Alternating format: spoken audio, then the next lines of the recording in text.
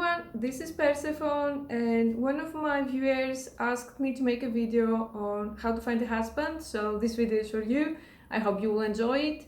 To the tapeworms who say that why some content is requested and I have to pay for it while some other content is for free, I'm going to tell you that this is a video, first of all, that is timeless content. My advice can help anyone who wants to find a husband.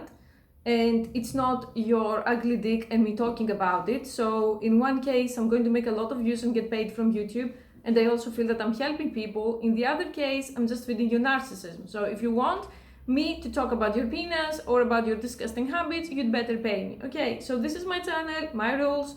It's an absolute dictatorship. We do not allow different opinions. So you knew that. I'm not going to accept any complaints. I was really surprised to be asked to make such a video because I'm fiercely anti-marriage at this point after 2 marriages. I believe it's a path to destruction and permanently destroying your self-growth. But since there are people who want to do it and do it effectively, I'm going to tell you all the steps that they're going to help you not just find a husband, find a kick-ass good husband, okay? Because you can eat from a 5-star restaurant and you can eat from the trash, and anything who has a penis and a ring isn't good enough to marry you. Because I want the gender equality channel, I'm going to make a video on how to find a wife if the guys are also interested. For those of you that you have a 2-inch penis and want a wife, I suggest, first of all, immediate vasectomy, second chastity, third serving a goddess. Okay, I'm not going to help you trap unsuspecting women with your pathetic penises that they're not good enough in sex. Okay. So for the rest of the guys who have 5 inches and above, we're going to make a follow-up. Now, to our today's topic. There has been a lot of lies going the last decades about how to get married, and especially if you're into Asian stuff and Korean dramas or Chinese dramas, there is always this kind of chubby or awkward or goofy girl, and then all of a sudden a prince moves in next door. Alien moves in next door, my cats are taking down my house, or somehow on the supermarkets meets a supermodel who falls in love with her. All of that is pure crap and they will never happen to you. The same way, all of the advice that people are going to give you that, oh, just go out more, just go to bars and clubs and have friends and you're going to meet someone, it's not going to happen to you. Because it's something very rare, and personally, I don't know anyone who met someone in the supermarket, so I consider that some kind of a fake story. People are going to tell you to make online dating profiles, and then you're going to be scammed, you're going to get parasitic men asking for free nudes, and you're going to be more and more disappointed. So the first thing that we need to change is your mindset. You have to approach marriage from a cutthroat businessman decision. And I don't mean going into an arranged marriage with a man you're not attracted to, quite the opposite. I mean, though, avoiding and permanently terminating all the filler type of beliefs. By filler type, I want you to learn, get into MBTI and understand thinkers versus feelers. If you believe in soulmates, if you believe in twin flames, if you believe that somehow love is going to find you, I'm not saying that this is 100% untrue, but when we are going to find someone and we want maximum success, we have to be strategic. So see it like a business. If you were going to open, let's say, a restaurant with someone, would you do a background check on the person? Would you see if they have money in the bank? Would you see if they are former sex offenders? Would you try to work with them, let's say to cook or to serve people, to see, are they likable? Do they have cooking skills? Are they trustworthy? Are they there to pick up when you can't, when you're sick and the restaurant still needs to open? Obviously, yes, right? Well, a marriage is very similar as a concept. Yet so many people get married to whoever is amazing at sex or just looks cute or just has a lot of money, and then they find themselves wondering why it doesn't work. So the first thing to do is you need to find someone that is not a catfish and then test them on their skills. I'm going to cover as many cases as possible, and if you're watching me, most likely you're introverted, so I'm going to start from online dating.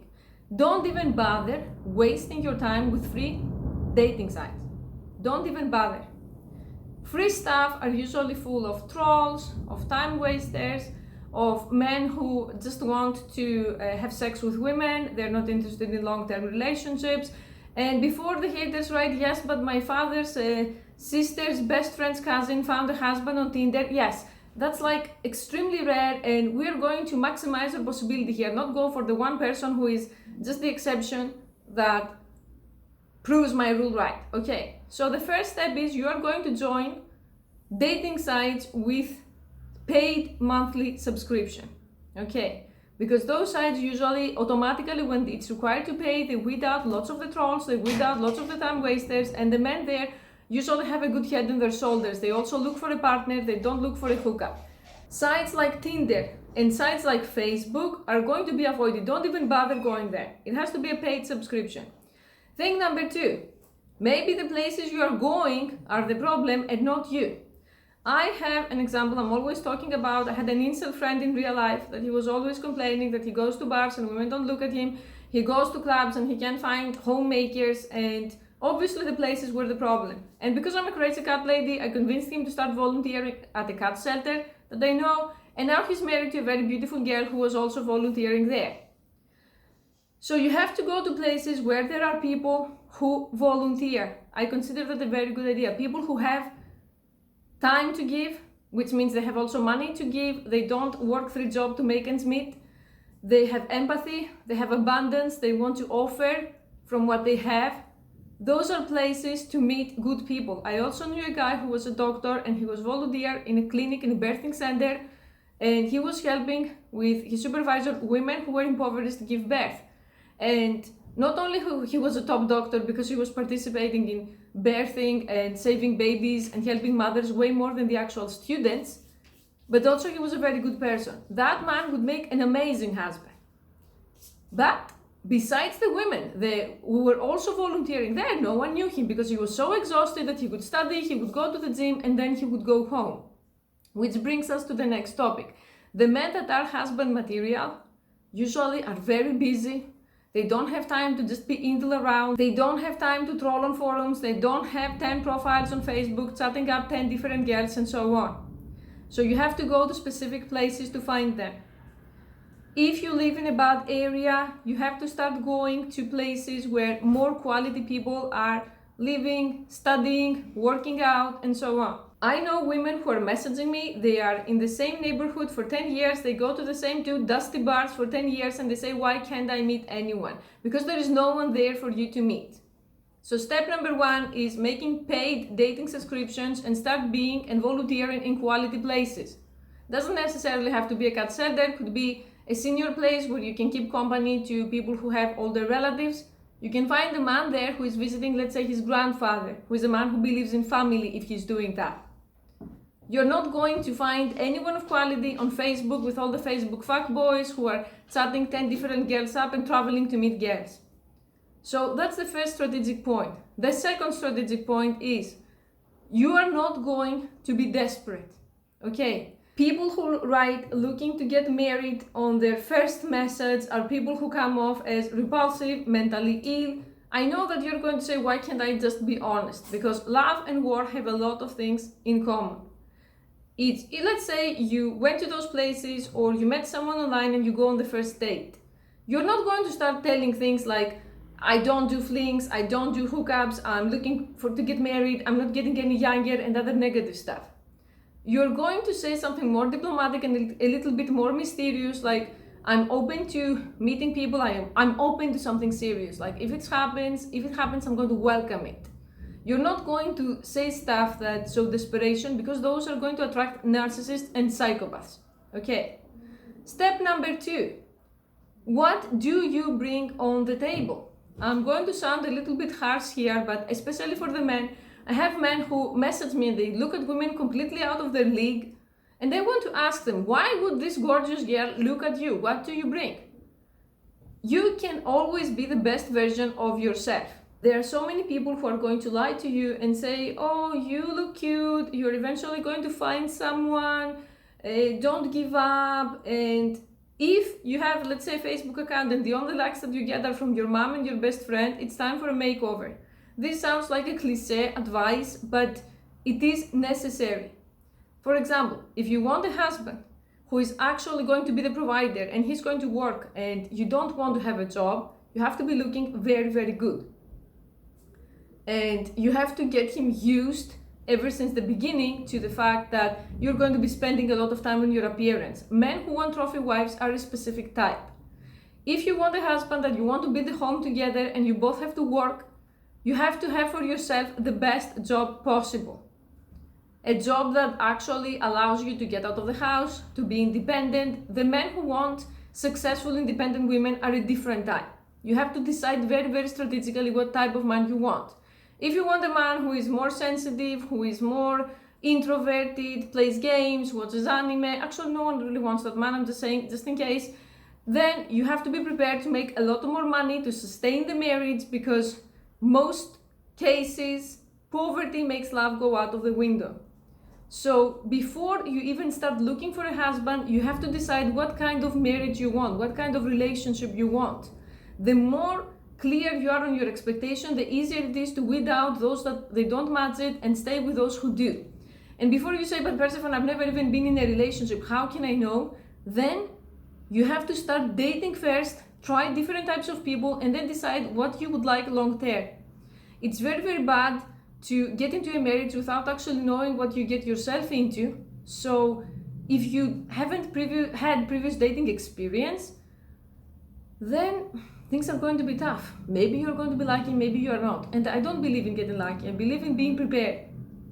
So if you have very clear expectations, the marriage can work just fine despite what people say. I know a couple here that the guy is a stay-at-home dad and the woman is working because the woman is a doctor, she's an anesthesiologist, she makes a shit ton of money, and even before she met him, she wanted a guy who's going to spend a lot of time at home because she was 35, she wanted kids, and she didn't want to stop her career. So that guy works from home, he makes some money, he doesn't even actually contribute any money to the household, the money are mainly for him, but she's very happy because they have 2 kids, they have twins, he takes care of them, he's an awesome dad, and she believes that the first 6 years of life there has to be one caretaker, so the marriage works for them. Of course, they get a lot of people talking about them and calling him a loser or calling her crazy, but for me what matters is to be happy. The woman found this man because she knew exactly what type of man she wanted, so early into the relationship she was telling the man that I'm not willing to stop my job to have kids.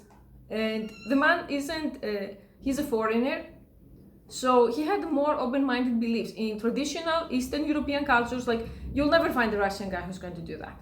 I don't even know one. In Russia, things are very, very traditional. The man is supposed to be the provider who works outside the house. So she knew very early on she has to date someone from a different race or from a different culture at least.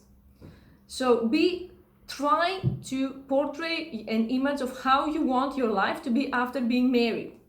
Because I know women who just follow the stupid beliefs of just go on a date with anyone that is going to ask you out. That's very stupid.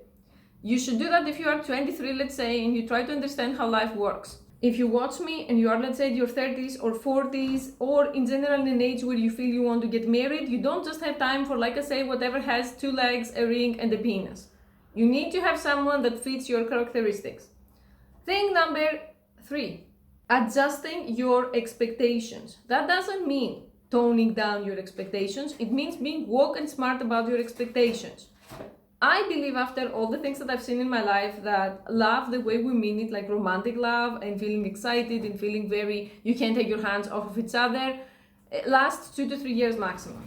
After that, unless you have very, very good chemistry and compatibility with a person, the type of person that you always feel like you want to talk to, you have common interests, you're excited, you could even be friends, after that you're screwed. That's why I'm saying that I don't believe in marriage, because especially my second marriage with Kim, that it was a marriage because, I'm going to say it openly, I married because sex was a 10 out of 10, and because we were dating internationally and interracially, we needed to get visas to be able to be sure that we can stay together.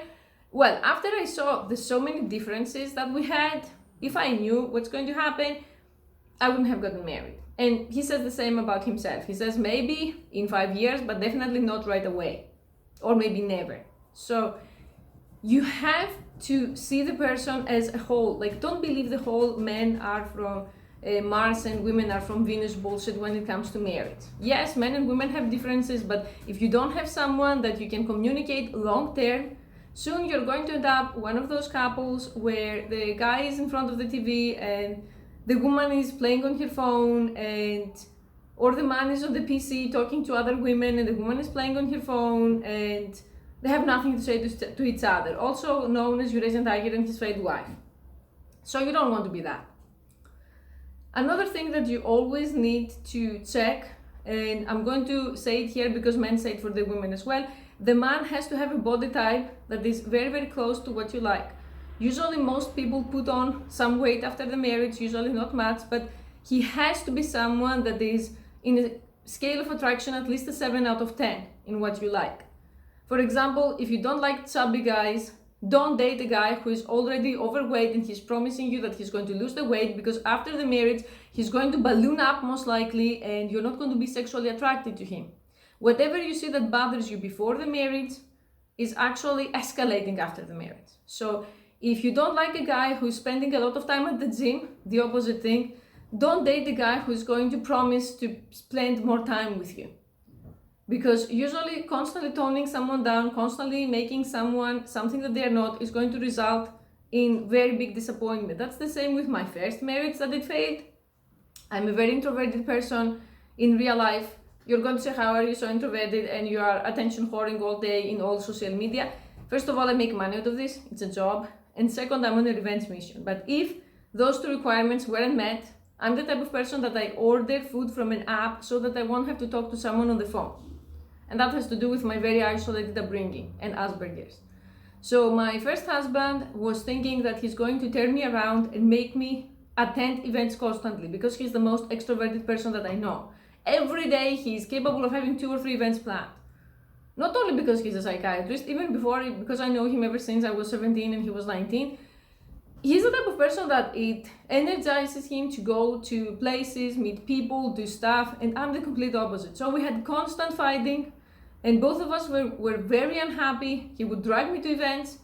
He would never feel that I'm participating enough, and I would always feel that I never have time for myself, and why do I have to see all of those people that I don't know and also hate, most of them.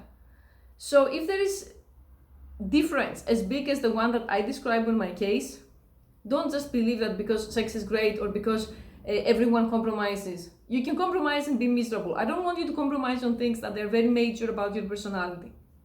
So when you date someone, keep your eyes open. Don't make big sacrifices because, like I said, it's very easy for me to tell you to find a husband in that sense, but you're not going to find someone who is going to make you happy if you follow mainstream advice.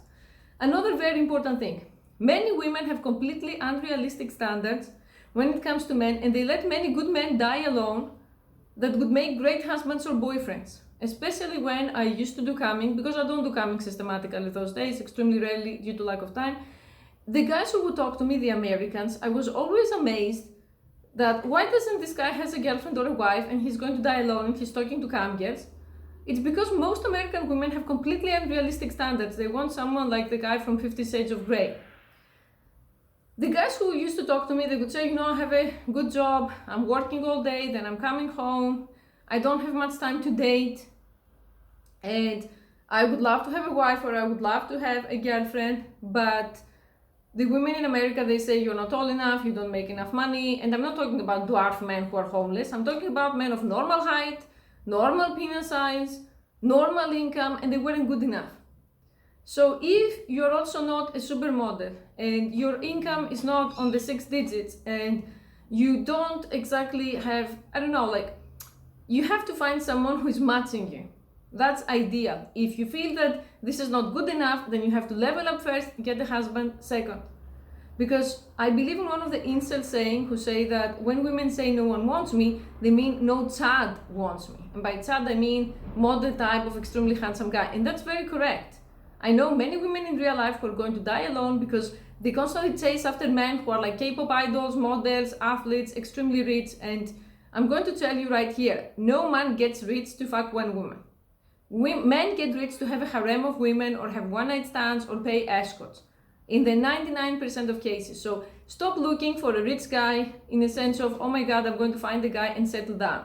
If you want to do gold digging and find wealthy men, I can find another video for that, or I can make a video to show you, but most likely those men are not going to be monogamous, okay? And you're going after their money. You don't go after the monogamy and the stability. So you shouldn't be having things mixed up in your head. So let's sum it up to this point. Thing number one, you start going to places where you can meet quality men who can make good husbands. Libraries, volunteering places, hospitals, places that if you have good friends, if you have quality smart friends who are already married and they have an event, attend that too. No clubbing, no partying, not finding fuckboys on Facebook, no unpaid social media. Thing number two, you found a guy in the previous things that I mentioned and he wants to go on a date. You go to that first date and you keep in mind, is he what you want? Is he close to what you want to have in appearance terms? Is he someone that you have things to talk about, or the conversation starts feeling rushed and that you're running out of things to say, or you need to think of things to say? Is he someone that you see consistently and you don't feel that you need to pretend he's someone else? You went to those few dates. Then you start talking more seriously about relationships. I know many women who are extremely dumb, and when a guy says, I'm not looking for something serious, they take it as a challenge. You have to let go of whoever doesn't want to get married, whoever doesn't want to have kids, whoever has baggage and he's still talking about his ex. The reason many people don't find a husband is because they don't take what the other person says seriously. When I first met Kim, I told him that I'm never going to accept a person in my life who has abusive relatives. Because at that time, I wanted to have kids. Now I don't. And I was always extremely concerned what's going to happen to my kid if something happens to me.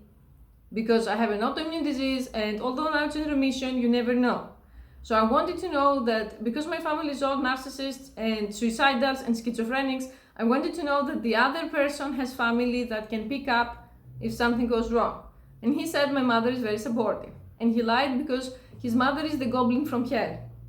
So you have to do background checks. You have to be able to understand, meet the guy's family if things are start to get more serious, meet the guy's friends, have your own hands-on experience. Don't trust anyone and what bullshit they say to you because they may want to trick you. Okay? Always appear calm, collected, not desperate, and inside you're going to be strategic. I know this sounds very, very weird, very different to the popular notions of you're going to know when you feel it. What you feel when you're going to know is probably nature's tricks to make you have sex and get pregnant. You cannot base a marriage on hormones, okay?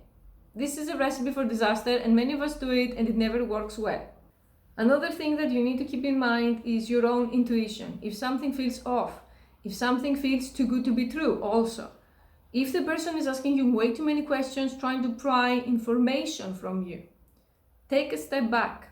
Okay, there are men who are going to ask you, what are you looking in a guy? Do you know what this question really means? What do you want me to say so I can say it and get you to sleep with me for free and then ghost you? If someone asks things like that, I would say ditch him right away or don't give him information. Say, you know, I'm open to many different types of people. I'm very easygoing, so I'm not looking for something specific. We'll see how it goes. Say things like that. Don't say, I'm looking for someone who has a very steady job because I'm looking to have kids in the next 2 years, because he's going to fake his job and he's going to say he wants kids, and then you're going to be one of the women who unfortunately have 3 babies with 3 different men, none of them pays child support, and they're stuck. Things to look out for a husband, other important ones. Religion, beliefs, incomes. Those stuff, Hollywood is going to say that anything can happen. He's dead, she's alive, they're going to work things out. He's black, she's white, and both families hate each other, they're going to work things out. Those situations are very, very challenging. And many couples break apart over those problems. Because even if you say, you know, I was raised to be a Christian, but I'm not really religious, still, religion has ingrained beliefs in you that it takes a very long time to uproot. So they may come out when you least expect it. I see it also in myself. Not especially in religion, but for example, Asian people lie way more easier than white people. Or, I don't know, Russian people, in my case. And I'm not saying all Asian people, but in Asian culture, telling the person what they want to hear is very often considered a polite thing to do, a protective thing to do. And in Eastern European cultures, it's considered a scumbag thing to do. Pathological constant lying. I'm not talking about white lies here, I'm talking about serious lies. So even though I was dating Asian Americans, that they're supposedly more westernized, I can say that an Asian boyfriend has lied to me more than all of the white boyfriends combined. Not a specific one, but in general, they tend to lie a lot more. So when you enter into a marriage or a relationship, you need to keep an eye on those differences or lower your expectations. For example, for me, like I said, the next Asian guy I'm going to marry has to have a dead Asian mother. Because my expectations on old Asian mother-in-laws are pretty much, I don't have expectations for them. I just want them to not exist in my life. If you expect to find a person, if you want to find a person with similar upbringing, similar ideas, it's better to date within your culture and within your race. If you want something different, then it's totally okay for me to date outside your race or outside your culture, as long as you know what you're getting yourself into. That's why I'm always making those videos, because I don't want people to end up disappointed or in a human trafficking situation and so on. After you get into the relationship with the person, by some point, I think 6 months, a year, usually in the first 6 months, it's a good honeymoon period and you don't really know much. But the second month, from month 7 to the 1 year mark, you start to see a lot of things that you haven't seen before and you usually don't like. When you are somewhere between month 7 and month 12, if a man is really into you, he is the one who is going to bring up commitment. Be very, very aware of men who bring up commitment the first few dates. Those men are usually parasites and psychopaths, and no one who respects themselves wants to commit too fast too soon. But if you have done all the things I said above and you have found a man who is actually a quality man, he's going to also take his time and he's going to bring up some form of commitment. If he doesn't, I suggest that you make a conversation somewhere between month 8 and month 12 and not be the desperate woman who says, what are we going to do? Are you going to marry me or not? You're wasting my time. But you can say to this person that, things are going really well between us and I'm wondering where we are going. I don't believe in manipulation. I don't believe in dropping hints. I don't believe in passing over a jewelry store and saying, oh my God, those rings are amazing. I believe in being direct in that sense. And usually when you're the one who has to ask a man where we are going, you aren't going anywhere. And I'm not saying that you should ask him to convince him. Usually when you need to ask a man where we're going, why isn't this official? The man either doesn't want to marry you or he has gotten too comfortable and he doesn't care. If you feel that he has gotten too comfortable, you disappear. You cut him off and you say, I'm looking to get married. I think that this is a timeline that we had a good time and we should talk about further commitment. And if you don't want to, I totally respect, but I need to take time to think. And you disappear. You don't dump him. And I know men who actually would marry the woman, but they never thought like that because they are immature, underdeveloped, raised the wrong way, and so on. But for me, if you have done everything I told you so, most likely the men who you're going to meet are serious and they're the ones who are going to bring up commitment. You won't have to do that. Especially in paid websites, men sign up to find a serious partner, to start a family. It's the trolls and the scammers and the eternal gamers that they are on all the other free sites because it doesn't cost them anything. Okay. And last but not least, when it comes to finding a good husband, observe the man's relationship with their mother. I say this from a coming and BDSM perspective. Literally 100% of the men I've spoken to have a very strained or bad or complicated relationship with their mother. So you aim to find men who have relatively healthy and normal relationship with their mother, because how we interact with a parent of the opposite gender shapes our sexual preferences, what we look in relationships in ways that we usually don't even imagine. And you don't want a man who has a horrible relationship with his mother for 2 reasons. Reason number 1, it probably fucked him up in many ways, sexually and romantically. And reason number 2, you're going to end up with horrific mother-in-law from hell like me. So after you have been some months into the relationship, you normally are introduced to his family and you can observe how is his mother, how he interacts with other people, with him, if she's talking trash about him. Okay. And most of all, the thing that you need to remember is that it's not the person who is the romantic, goofy girl who just waits to meet the right guy, who has a good, happy marriage and a happy life.